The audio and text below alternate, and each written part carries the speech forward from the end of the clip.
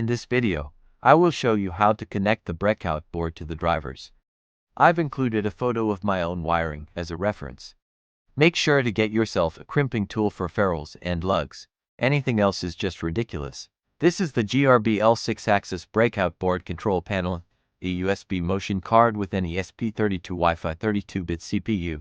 The seller provided the pinout description, and I'm going to show you how to actually use it. Using TB6600 stepper drivers for connection, but we avoid the common anode wiring shown in manuals.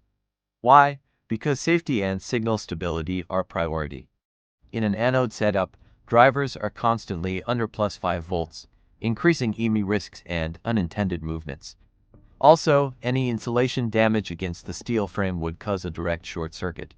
We choose a safer, more stable connection. We use common cathode wiring as our priority. Why? Mainly for signal stability. Our 32-bit ESP32 runs on 3.3 volts, and cathode wiring to a common GND ensures cleaner pulse transmission without noise. This setup is much safer for steel frame machines, reducing the risk of ghost triggers caused by interference. Finally, it results in a cleaner layout that's easier to maintain. With quality ferrules and lugs, this is the only way for a reliable CNC. We are using a 36 volts to a power supply, which is plenty for NEMA 23 motors. Why 36 volts instead of 24 volts? Higher voltage allows the motors to maintain torque at higher speeds, which is essential for this heavy steel build. With 20 amps, we ensure the power stays stable even when all four motors are under full load, plenty of overhead for a reliable machine. Connect power, V+, to VCC, COM, or V, to GND. For motors, use stepper driver pairs. To find pairs, touch two wires together and spin the shaft. Resistance means you found a pair. However, a multimeter is essential.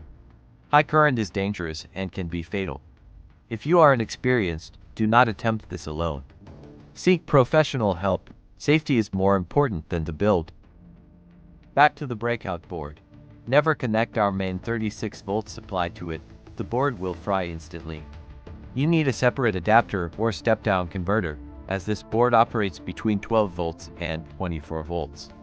I'm using a 12 volts to A adapter, plenty for the board and a cooling fan. Proper airflow is vital. All components heat up, especially the stepper drivers. Good ventilation is the difference between a long-lasting CNC and a total failure. Next, configure the stepper driver settings.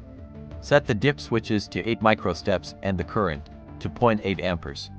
These are the optimal settings for our NEMA 23 motors. This configuration provides the perfect balance between the torque needed for a steel frame machine and smooth precision, while keeping motor vibrations to a minimum. Next, connect the board to your computer via USB. You'll notice that nothing happens and the board won't respond. This is because you cannot communicate with the controller until you install the specific USB driver. Without this essential software, your computer simply won't recognize the brains of your CNC machine. Make sure to install the correct driver before moving forward.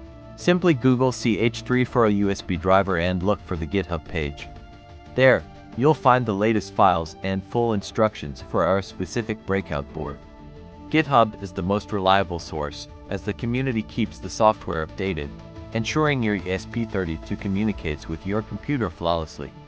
It's the safest way to get your CNC talking to your PC. We'll stop here for now.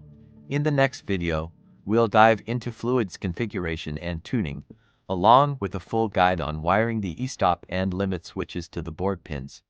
And most importantly, we'll perform our first movement tests. See you in the next one.